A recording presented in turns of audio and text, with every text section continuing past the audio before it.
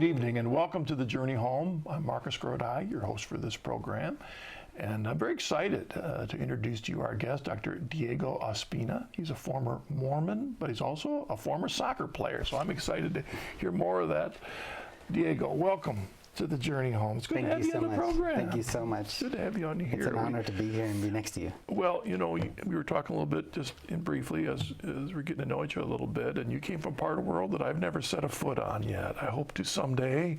South America, I've just never been down there, you know, and no particular reason other than I just haven't got around to it yet. So well, maybe one day we'll get to it. Maybe someday. That'll be it. That's one of my bucket list items that maybe I'll get down there. But let's just say South America needs you. Well, it needs Jesus. It needs a church. I mean, they're there, of course, but there's struggles going on in South America. Yes. We need to keep that part of the world in our prayers all the time. So those of you that hear The Journey Home, translated into the languages of South America, praise God, and we greet you in the name of our Lord Jesus and the church. So let me get out of the way and invite you to start us on the journey, Diego. I guess I've heard that comment so many times. I want to get out of the way, so I want to know where it is that you get out of the way so I can go with you, because I really want, I would like Diego to get out of the way and invite the Holy Spirit to be the one to help me say what it is that I need to say, because I don't even think I know what I'm going to say. So I guess to start, I'm from Colombia.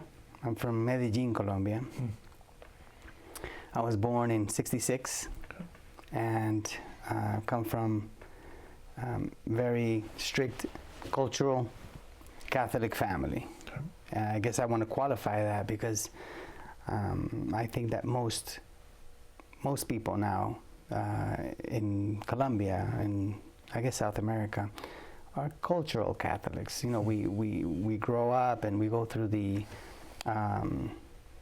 sacraments as if they were just routine things. You know, baptism, confirmation, first communion.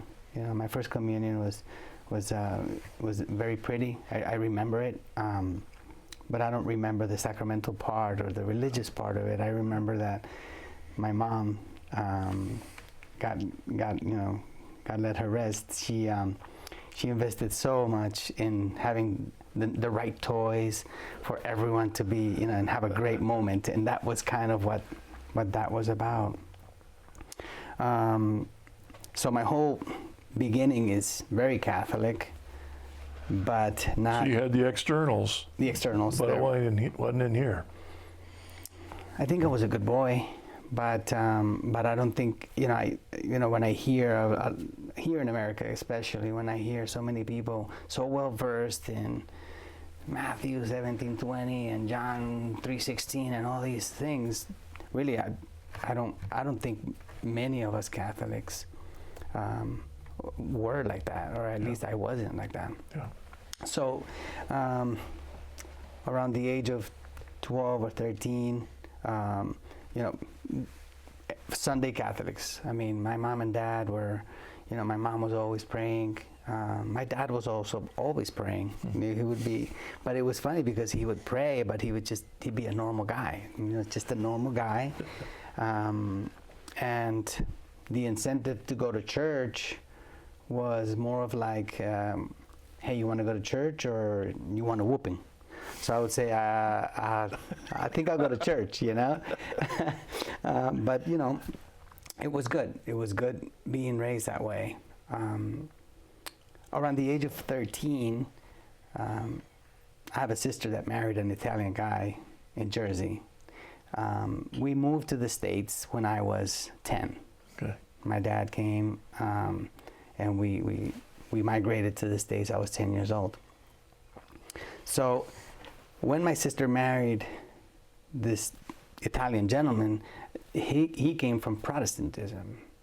I didn't know what that was back then, but all I knew was that, I lived in a, I don't want to say poor city, but it was an immigrant city kind of thing. And then my sister moves to the suburbs where it's so pretty and everything is so nice and everybody's so beautiful. I get invited to my sister's church that now she's going to, which I don't think the family even knew she was going to a different church. I'm not sure. Yeah.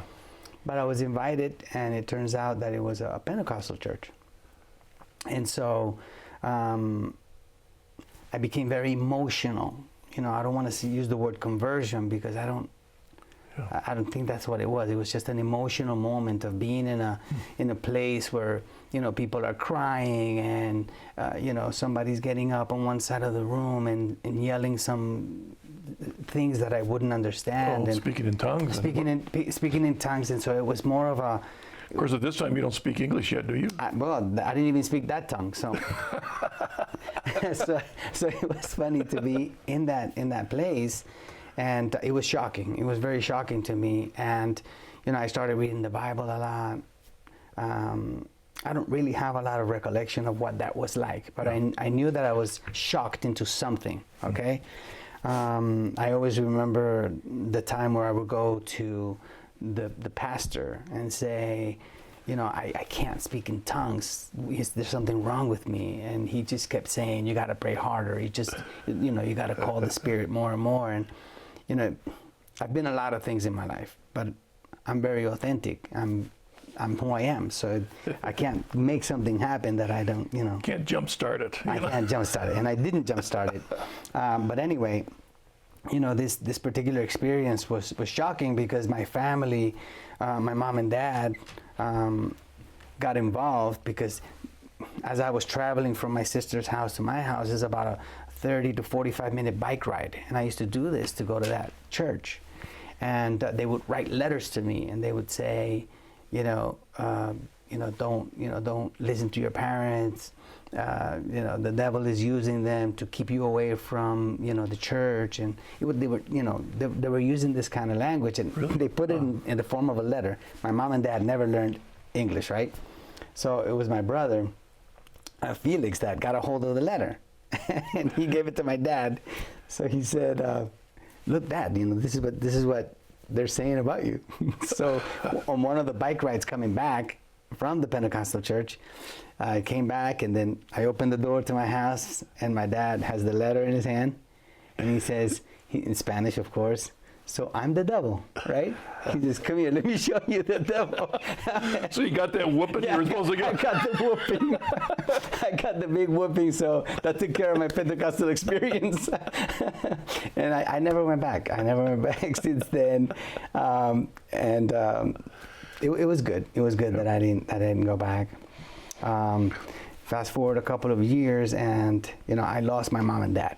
I lost them at the age of between 16 and 17. Oh. One right after the other. Now, when you came back in, you didn't go to Pentecostal, but did your family get connected to a local Catholic church when you were here? We were always connected to the Catholic Church. It wasn't like I understood. And at 13 years old, It wasn't like I understood.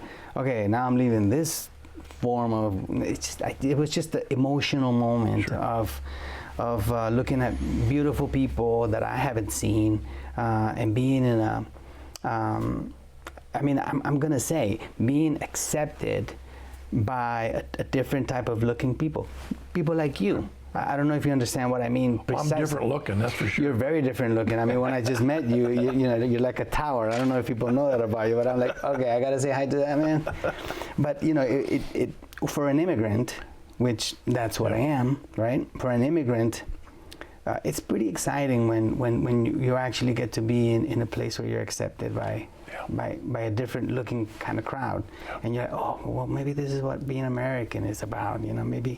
Maybe Catholicism, or maybe it's just the Colombian thing, And so I think that a lot of things come from that. A lot of conversions may come from that. But anyway, when I lost my parents, I guess I was in that high school, graduating high school, moving into college, and the only thing that was taking me to college was really soccer. I even though I grew up here in the States, soccer at that time wasn't that popular, and to me, being in a city where I migrated, which was maybe 80% Spanish, 15% black, and then 4.5% everything else. I really never needed English. I didn't, we would go to the movies, local theater to check out the local Cantinflas Mexican film, or go to the local grocery store and buy your arepas and so it was like I was in America, but I was really in a bubble, Spanish bubble. I had no plans to go to college until I was, I guess, discovered by somebody that was watching me play soccer in a park. And he came up to me and said, "Hey, you want to go to college?" And I was like, "¿Qué es eso? What is that?"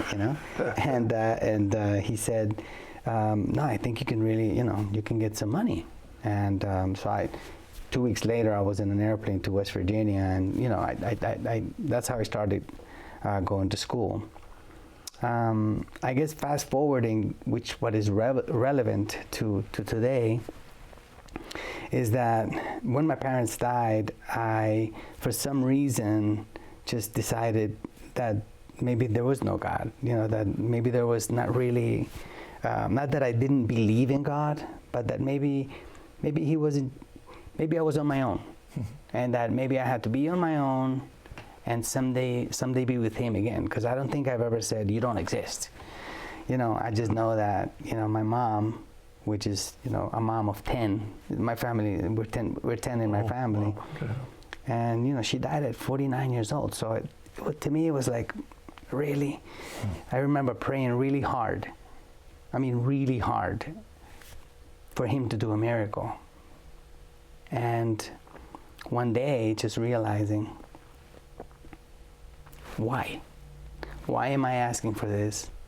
Why would He give it to me and deny Pedro or Juan or Carlos their mothers not dying? Yeah. So at that moment, I kind of let go, and it was more of like, it just has to happen. So after that, I believe that my life took a turn of more of a hedonistic type of life, where soccer and sports became very, very absolute. It was everything. And even though I'm not a famous soccer player by any means, those who want to Google me, they won't find me. Yeah. But for there's so many professional players that either are barely making it or are playing next to really famous players but not making the kind of money, yet they're enjoying the lifestyle. It's really funny, and the lifestyle is a very dangerous lifestyle. There's a lot of affirmation. You know what I mean? People affirming you. And all you have to do is, say, or they see you next to a famous player, because, I don't know if you noticed, but ever since I came to this program, I've been taking pictures of everything. And because at that time when I was playing with these famous players, I never took a picture. And I regret not taking those pictures. It's like, wow, I should have those pictures. But anyway, being there, you do have what you said, affirmation. I love that expression, because wherever you go, you're really like idled, and everything comes so easy to you, and then you start believing that. And so, my life took a turn in that direction, where, there's a gap of time where I'm not very proud of the things that I lived. And our guest is Dr. Diego Ospina. So, would you say that soccer became your God? Or was the lifestyle that really kind of was up there? The lifestyle, because I think if soccer would have been my God, like you say, I think I was good enough to be very famous. But not even that was my God. It was what came with it that I hung on to. And then at the time where I was playing in a team called Nacional in Medellin, and I was there for about 6-7 months. It was the middle of the cartels and all this. So after college, you went professional? Well, in college, I was All-American. Okay. And after my parents died, I decided not to go to school anymore, and I was drafted to play down in South America. So. And you're down there as. I'm down there as a player who's trying to get a contract, because in South America. at that time, you have sort of like an owner, a person that owns you, owns your past, and is trying to sell you to different teams. Yeah.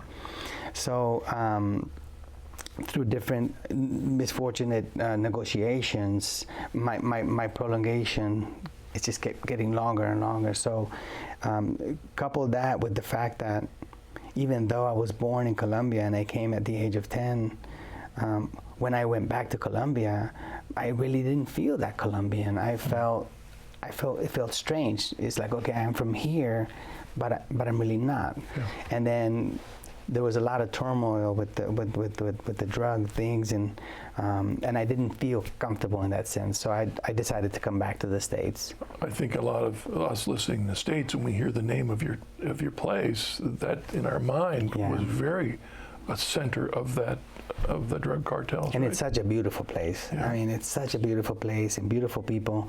But It's too bad that that's all that we think of when we. Yeah, it's unbelievable. It's unbelievable because really it's not.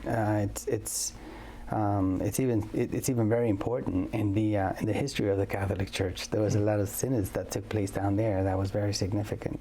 But I guess the world likes to remember what they like to remember. What's reported in the news. Yeah. Yeah.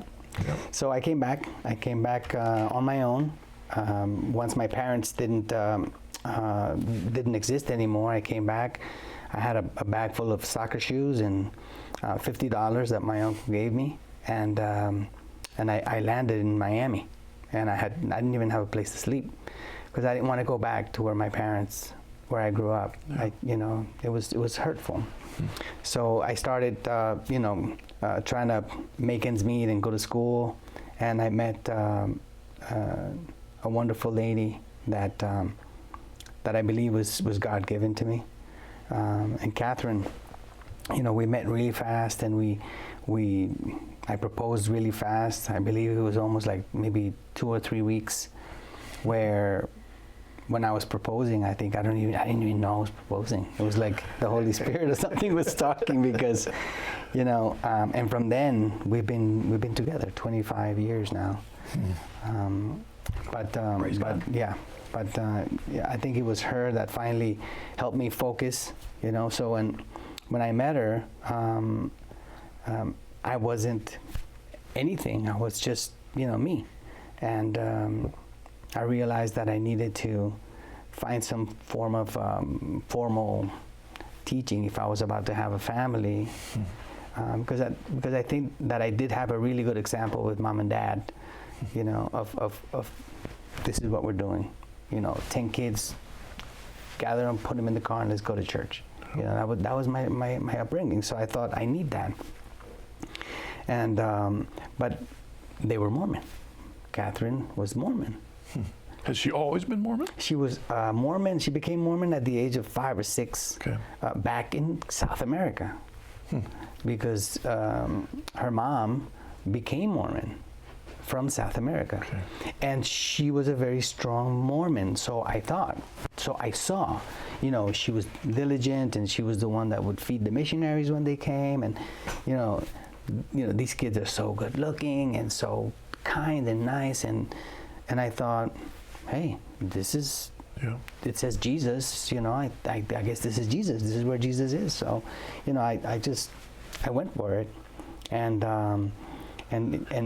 I started being very involved, mechanically, not necessarily theologically. That's why I warned you. This wasn't going to be a very theological, session. So you can tell Dr. Scott Hahn that he can DVR this one. I've got a list of Mormon questions to ask you in a second, but we'll wait a little bit on those. All right. This one could be totally DVR'd, okay? But being in there, I realized that at least structure was okay. Until there's a good emphasis on the family, and everything was perfect as far as the family. My kids are going. I'm going to church. As I'm going to church, they're going to their little Bible study, and my kids love it, and they're singing these songs. And I thought, great, this is it. And so, when you enter the Mormon Church, there's a priesthood called the Aaronic priesthood, that they call the Aaronic priesthood, and I guess it's a pretty easy one to get, you know, and I got that one. So, but you have to progress, as they say, in priesthoods. And the following priesthood is called the Melchizedek priesthood, right? And so the Melchizedek priesthood has to do with a series of interviews, quasi confession, very quasi, not quite, not sacramental at all. But it was unusual because during those confessions or questionnaires, if you want to call it, there were questions about your private life, you know, and either you pass the questionnaire or you don't pass the questionnaire. If you pass the questionnaire, then you move on. You move on to your following step. And I failed those questionnaires. And, you know, after failing them, because I was being truthful, it was a little demoralizing in a sense. So, you know, your family is waiting for you to come back and say, hey, I got the Melchizedek priesthood, yeah, we're going to the temple, you know, this is going good, you know, but I'm going home, you know, like, not yet, you know, not yet. You know, I still got to confess more, I guess, you know. But through that, I would see a little bit of hypocrisy because, you know, in the Mormon faith, there's many stories, and one of the stories is that in the ancient Americas, there were two different tribes, and they were divided into the Lamanites and the Nephites.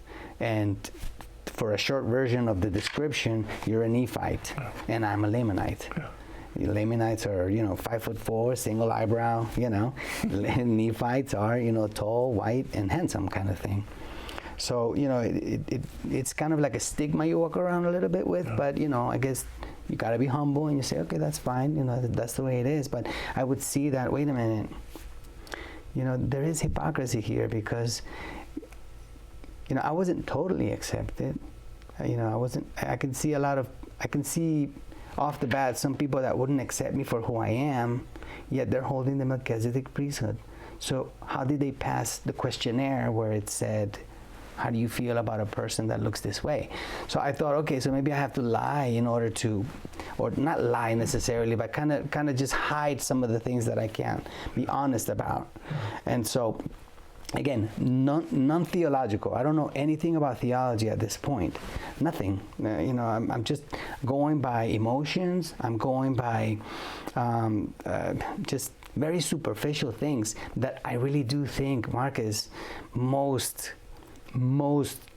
converts and people that leave the Catholic faith go through. I don't think many of them are deep theological issues. Right. They're not.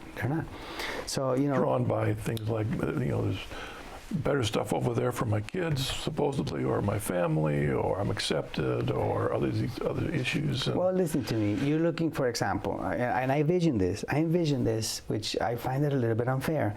You know, you're going as a missionary, let's say. You know, you're 5'11", 6 foot. You know, you have blue eyes. You know, you don't look like anybody like I've ever seen. You know, you come to my humble house where, you know, I'm living a regular life.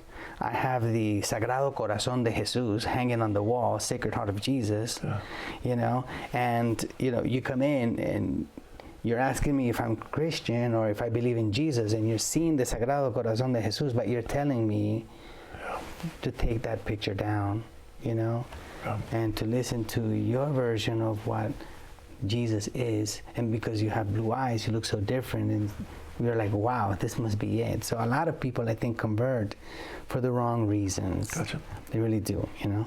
So, but they were accepting you because, I mean, they weren't accepting you to this next level. Was a little bit because I don't know if they were accepting me, because it's, you know, I wouldn't like blame everybody for not accepting me. It was just you had to show absolute purity or somewhat, you know. And frankly, I wasn't there.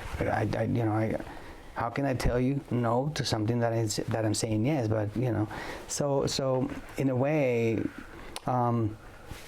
I just left it at that until my wife, Katherine, went to Colombia, and she was invited to Mass. And Katherine, even though she was Mormon, I don't think Katherine has ever been that strong of a Mormon. She's very spiritual, but she wasn't that type. But when she went to Colombia, she went to a Mass with my sister Gloria, and when they went to the Mass, Katherine had an experience with the Blessed Mother, and she was very impacted by it. And I remember her coming back from that trip and saying, "Can you tell me more about your faith? Can you share more about who you were when you were a kid?" And she didn't remember anything of her Catholic upbringing, right? Nothing there, right? Not really, no. Nothing there. Nothing. I mean, she, I believe she. So she had, without any background at all, she has an encounter with Our Lady.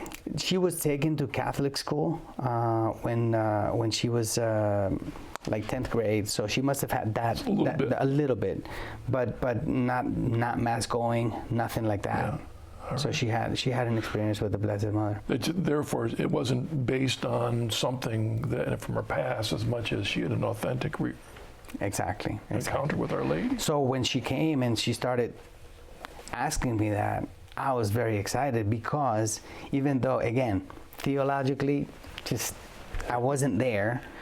I was the type of Mormon that would pass by a cemetery, and if I was around Mormon friends, I would sneak a sign of the cross or an ambulance or something like that. I had to sneak it because I didn't even know what that meant to a Mormon. So yeah. So it was very exciting, and we got back into the church, non-theological again. Why don't we pause there? Yeah. It looks like it's time for a break, because this is important, because you said non-theological, but what we're talking about is an authentic reach of grace into your marriage. That's what we're talking about, right? Yes. First through your wife, and then through you, and then God's never far away from you, and then we're talking about that experience. Right. So let's come back to that in a moment. Be back.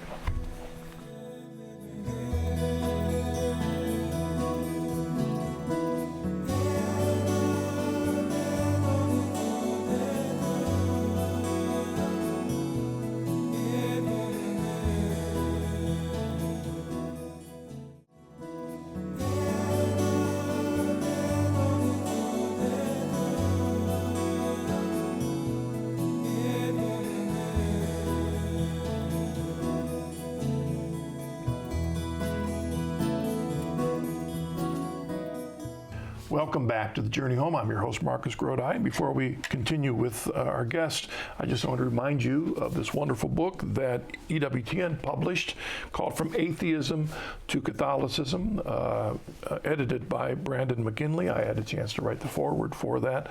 For those of you that like the stories on this program, this contains 9 of the former Journey Home guests who told their story from atheism to Catholicism, and they've been put together in a wonderful book for you to read and then give away to your friends to help them discover the beauty of the church. Again, that's From Atheism to Catholicism, and you can get that on EWTN's religious catalog. All right, Dr. Ospina, let's talk about the effect that your wife returning from an awakening to Our Lady, and you're saying she didn't know anything about the faith. Right, so she's asking you, all right, you're the theologian. Yeah. But you're the one that knows about this. Can you let me know? And we started going to church, and I started going to church. Of course, at that time I was very very busy with my personal life, because I went to school with my kids. I went through college and doctorate school with my kids, so I really didn't have that much time to study theology. Nevertheless, we kept going to church, and I entered a dark stage in my life. I entered just a place that wasn't good for me, you know. Again, places that I'm not that proud to say that I went, which really took a turn for the bad in my marriage, okay, to where I was even contemplating not being there. Through crazy events, I had, you know, what I would call a supernatural experience. I dove into deep depression. I don't know why. I can't really qualify what my depression was about, but I think that you know, as an immigrant, you know, you roam through a country looking to where to be, to who to be, you know, and like I said, when I would go to Colombia, I would hear Colombians say, "Where are you from?" And I'll say, "I'm Colombian." But they'll say, "But you don't speak like Colombian." I think I do. And then I'm in America, and I'm saying, "Where are you from?" And I'm saying, "I'm from America." But you don't speak like an American. So I don't know where I am. So I would say that was big in my life. Wow. Anyway, depression got so bad. So you were like a stranger in a strange land, no matter where you went. Well, yeah, very. So fast forward, bad depression, and it got to a point where I attempted against my life, and I failed. Thanks be to God. And when I came to and realized that it wasn't my time to go, I asked on my knees for the grace to understand why I'm still here. And I started treating faith like I treated my profession.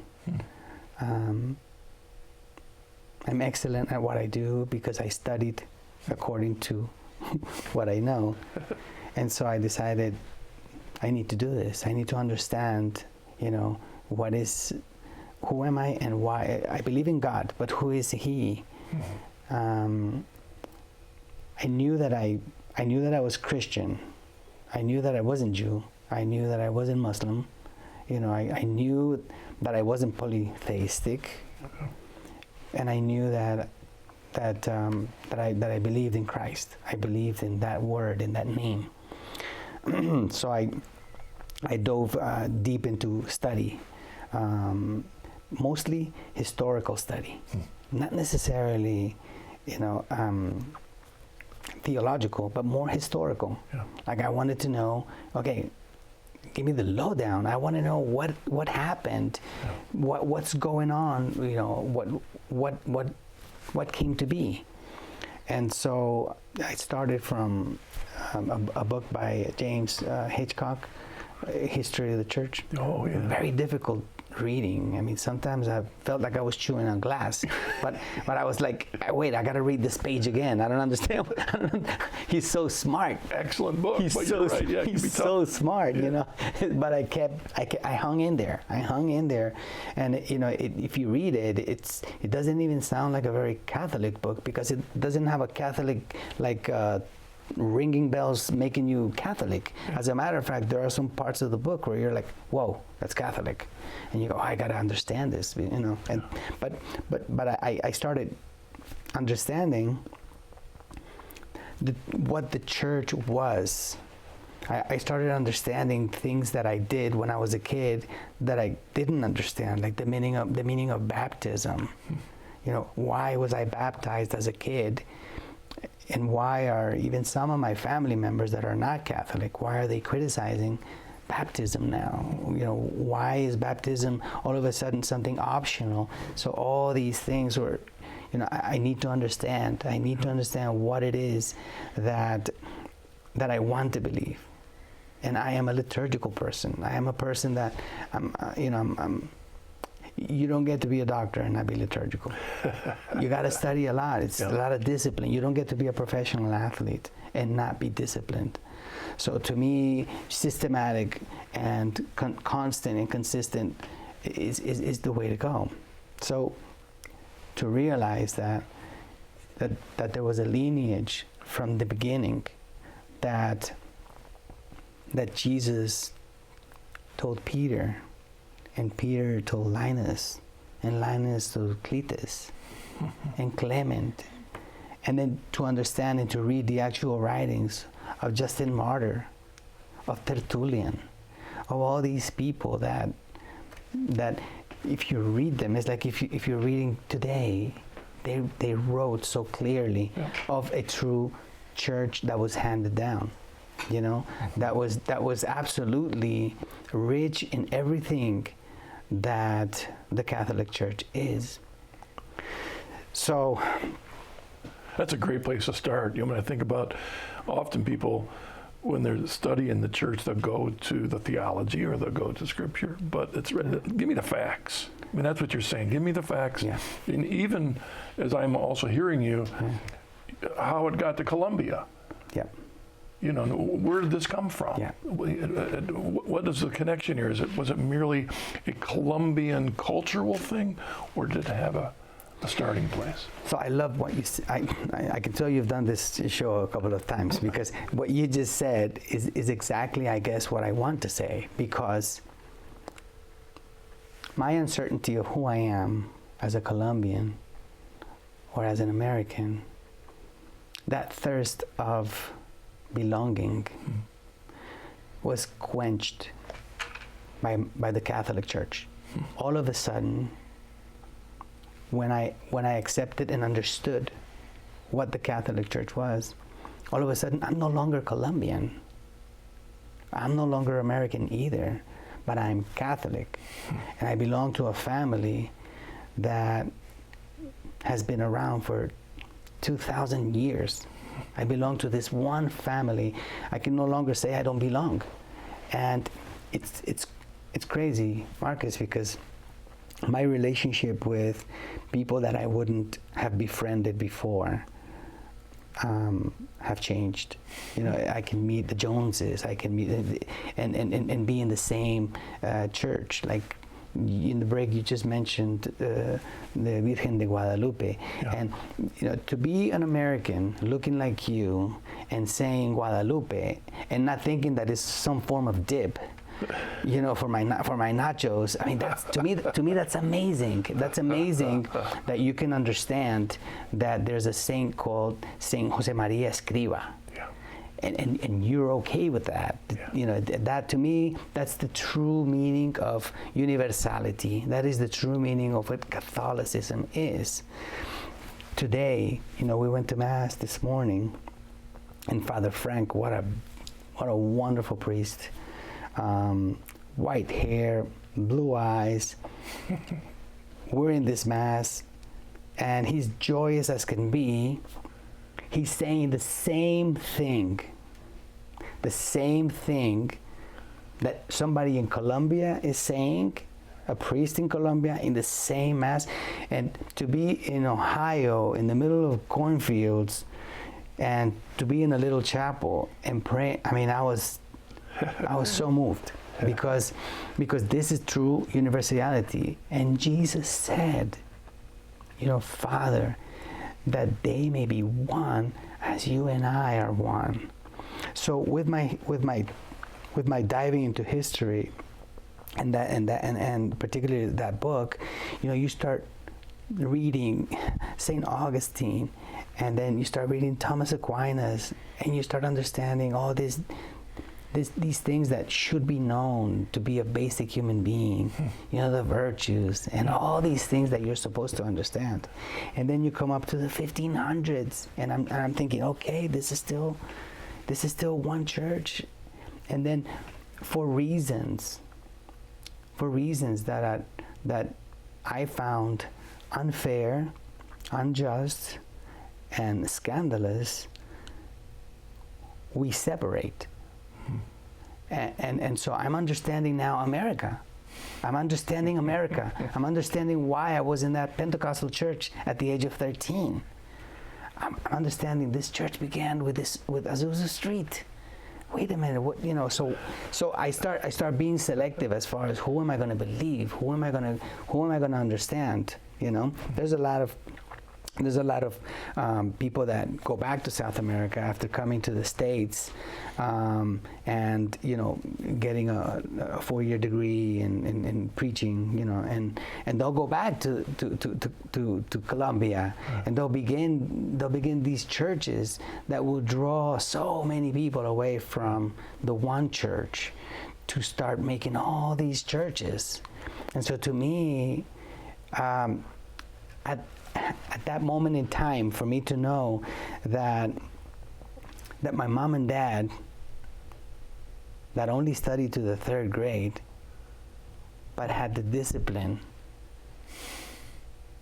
and the obedience, you know, never mind the intellect that I was using to try to understand this, you know. No, they were just basic, obedient human beings, obedient to their God, you know.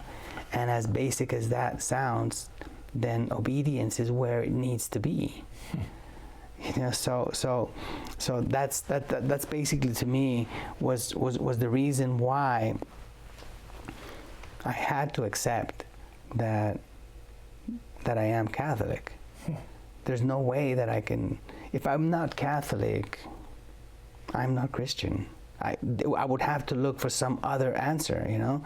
There are people nowadays, Muslims, right, that are converting to, that are seeing visions of Jesus and Mary, and when they land back on earth after that vision, they're like, where do I go? They don't know where to go, because they find a scandal, they find all this division. Yeah. You know, and so to me, I find all this separation of the church very similar to divorce. Yeah. Because, you know, when you divorce your wife or your family, when you leave your family because you think something is better, first of all, it's not true. It's not better. When time goes by, it's the same thing. But anyway, when you leave something because you think you want to make it better, it's not true.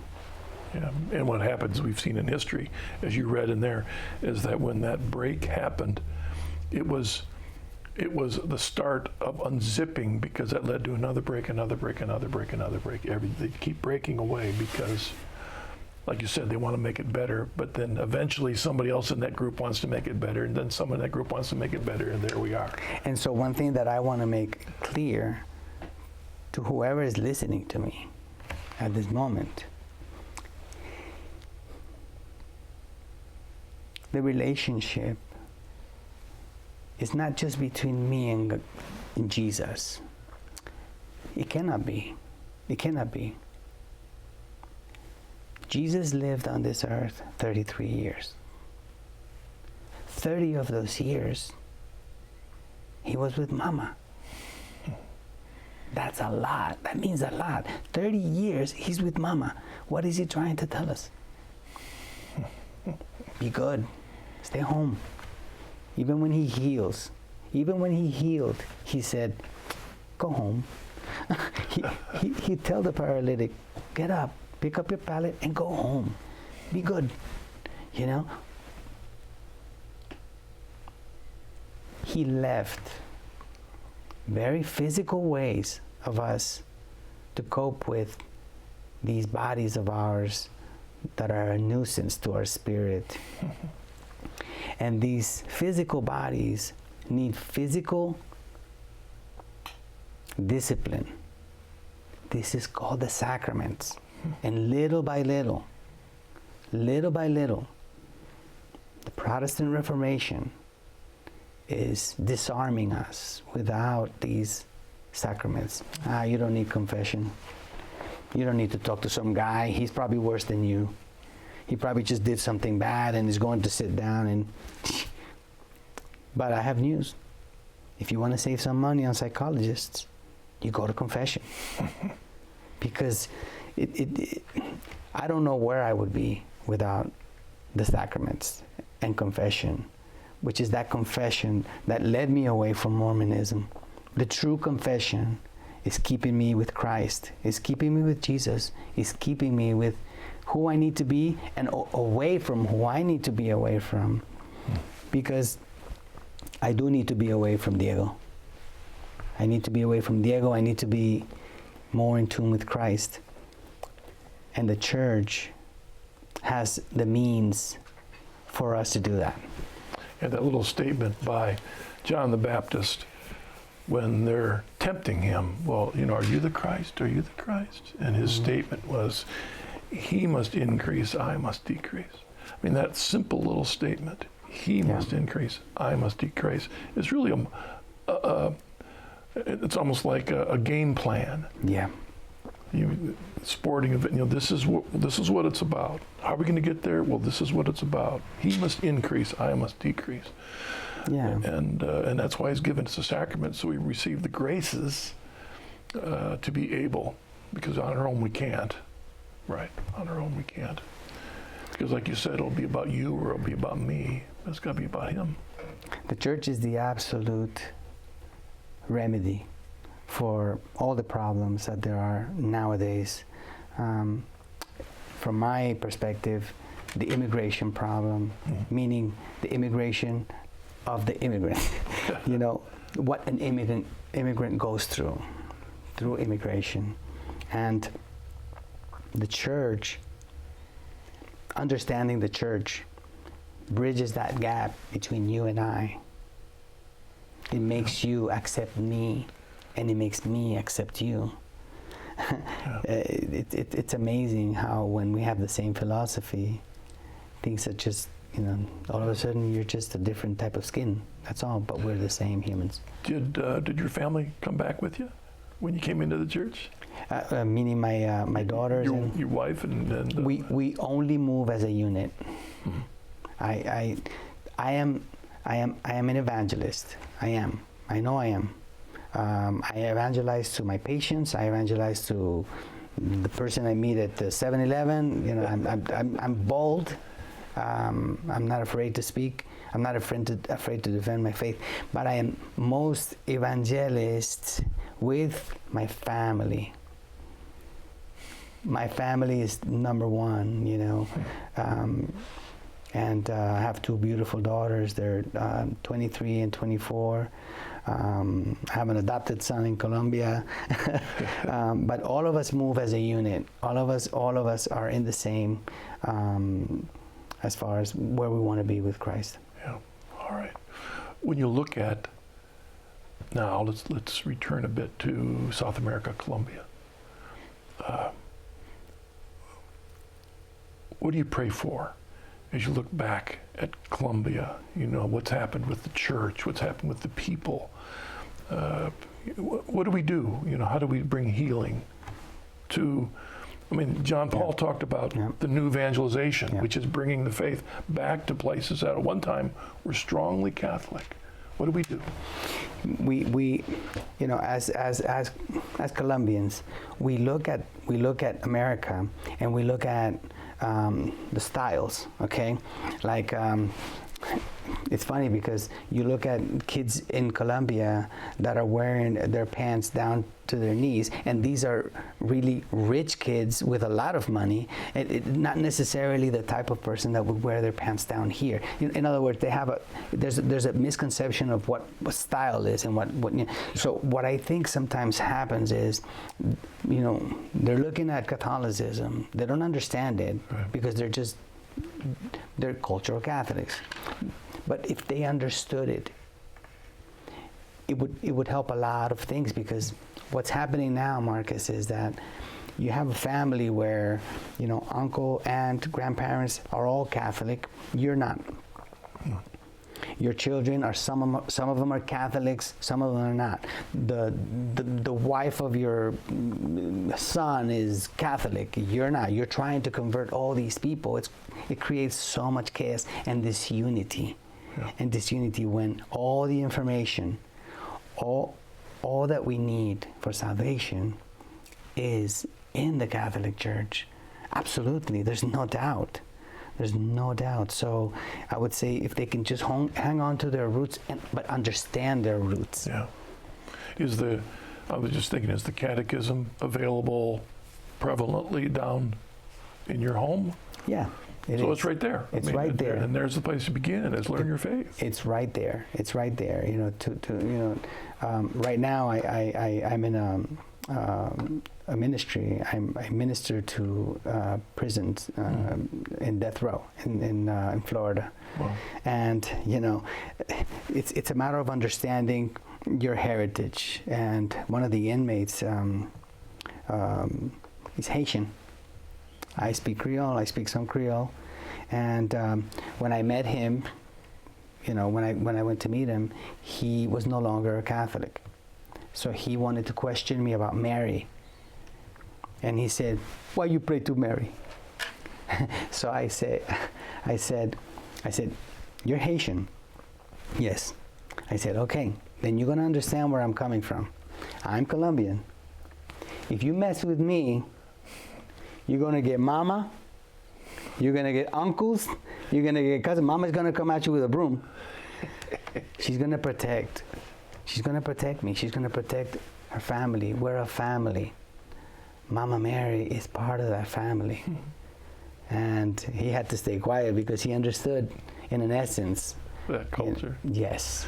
God bless you for your work with prisons. I remember hearing Fulton Sheen once say, when he was speaking in a prison, and the way he began his talk, he said, the difference between you guys and me is that you got caught. In other words, we're both sinners. Yes. We're both sinners. Yes. And that's the gift that we bring, is that we got to admit that, Yes. and then we're on the same level. Absolutely. Bringing Christ to people. Yeah, absolutely. I mean, you have to have that understanding, not only for them, but also for their victims, but it's so unfortunate. Yeah. We got an email. Mark from California writes, "How can the everyday Catholic better evangelize and reach out to immigrants who might not have an active faith life, though they come from a culturally Catholic environment? What do we do? What can we help them?" It's easy. I mean, I find it easy. You wear your Catholicism with pride, absolute pride. You're good yourself. If you're going to preach, yet they see you something inadequate, that preaching is not going to work. But when you are, Christ is Christ. Christian is to be Christian. He left very specific instructions, examples, and sayings, and all you have to do is read that gospel, read what he said, and you start behaving that way. And when you start behaving that way, people will come to you. I mean, there are patients of mine that are of all sorts of faith. Yeah. But when they understand that as a Catholic, I understand my faith, it becomes attractive. It's like, whoa, I didn't know Catholics knew that. Usually... Well, you've even in your own example, you described somebody coming from a culturally Catholic area into America, really not having any idea what they're going to encounter, feeling not at home. And I do know that there are, especially down on the southern part of the United States along the border, there are Pentecostal churches who use images of Our Lady of Guadalupe in their churches specifically to attract. And so that's why it's important for us to reach out as friends, to make friends, to be available, and to open avenues of dialogue with those that have come up. What I recommend to people that are of Catholic is know history. Just read your history. History doesn't lie. Read the right history, and you'll know, you'll discern that this is where you need to be. And I think historical amnesia is what has caused a lot of this confusion. Yeah, I know if anybody watching the Journey Home program have heard me over the years mention John Henry Cardinal Newman's statement when he said to become deep in history is to cease to be Protestant. Yeah. That was his experience.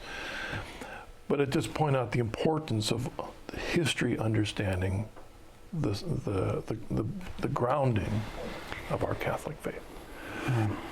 Diego, thank you very much. Thank you so much. For joining us on the journey home and sharing your story with us. And God bless you and your work. As we joked earlier, you used to kick teeth out, and now you're mending them, right? Absolutely, absolutely. God bless you, my friend. And thank you for joining us on this episode of The Journey Home. I do hope that Dr. Diego Ospina's journey was an encouragement to you. God bless you. See you next week.